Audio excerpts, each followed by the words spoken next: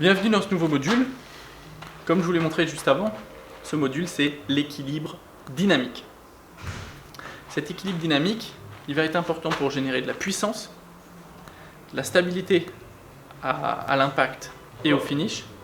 On peut la nommer différemment, c'est la reprise d'appui, d'accord, qui va vous permettre, un peu comme Rory McIlroy qu'on va voir juste après, de générer une puissance optimale. On attaque tout de suite sur le meilleur exemple, un peu ça, donc Rory McIlroy. Alors Rory McIlroy commence son swing avec une solide base et transfère en douceur vers sa jambe avant, tout en maintenant un équilibre dynamique. Cela lui permet d'effectuer une rotation fluide et d'exécuter des coups puissants. Rory McIlroy, dans cette vidéo, on le voit, quand il arrive dans cette position au sommet, qu'on a vu ensemble, qu'on peut revoir ici, le petit lien pour suivre cette vidéo, on revient.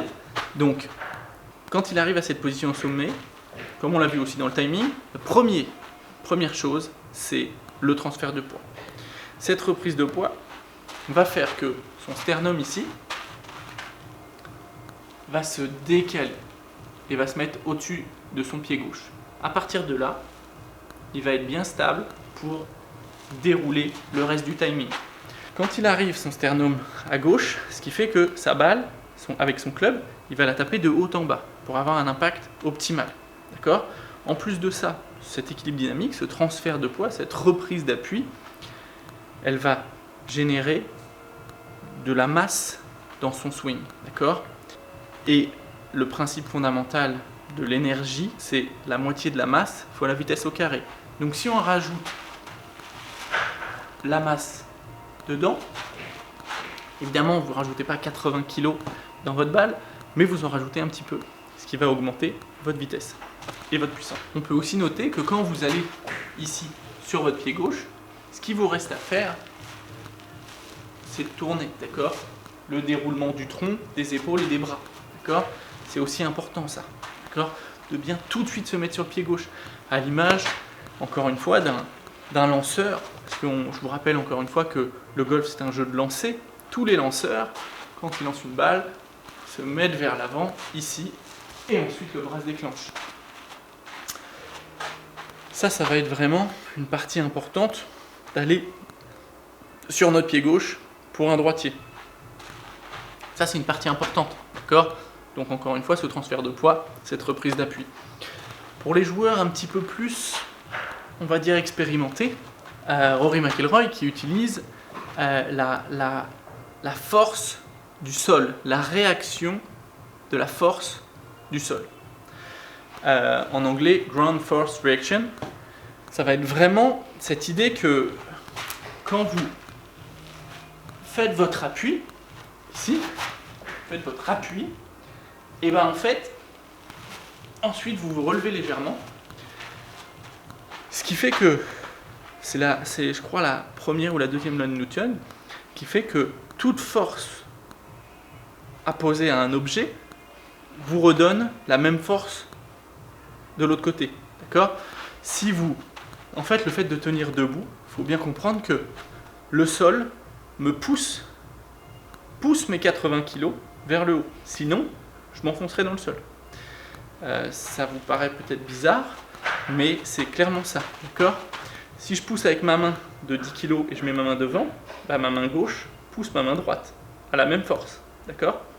Donc, si moi, mon pied pousse, et en fait, lui, le sol me propulse.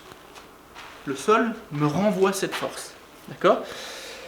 C'est une, on va dire, des données qu'on peut analyser avec des plaques de force.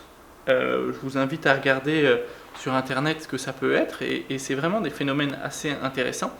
Ce qui va rentrer vraiment dans cet équilibre dynamique, c'est une force que utilisent à merveille beaucoup de golfeurs, dont Rory McIlroy, et ça peut être inclus justement dans ce module qui est l'équilibre dynamique. Mais c'est un sujet un peu compliqué et qui est vraiment utile quand on a des plaques de force et qu'on peut vraiment voir les données, voir ce qu'on fait pour pouvoir évoluer.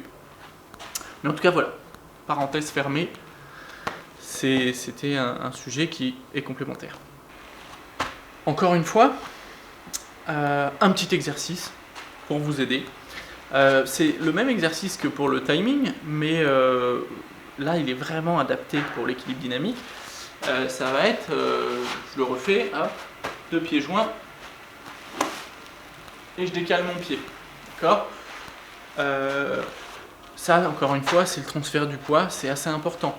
Ou sinon, ici, je m'en vais en marchant. D'accord ?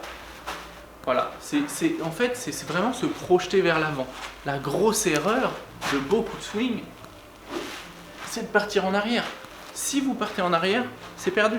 C'est perdu. Il n'y a aucune chance que ça soit positif de partir en arrière. D'accord ?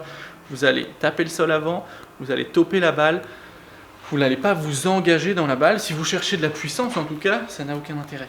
D'accord ? Si vous cherchez de la puissance, il faut avancer dans la balle, à l'image de n'importe quel jeu de lancer. Voilà, le module de l'équilibre dynamique, c'est terminé. Encore une fois, si vous avez des questions, si j'ai oublié des choses, faites-le moi savoir, ça me ferait plaisir déjà d'apprendre, comme vous, j'espère, et d'avancer dans ma pratique, vous faire avancer dans la pratique, on avance ensemble et ça va être génial. On passe au module suivant, juste ici. On arrive bientôt à la fin de tous ces modules. Je vous remercie infiniment de tenir votre engagement, de dire je vais faire les 14 modules, parce que c'est aussi apprendre tout ce swing. Et j'espère que c'est pas trop compliqué, j'espère que c'est clair. Si ça ne l'est pas, encore une fois, dites-le moi. Je vous remercie, à bientôt, bon golf à tous. On se revoit bientôt.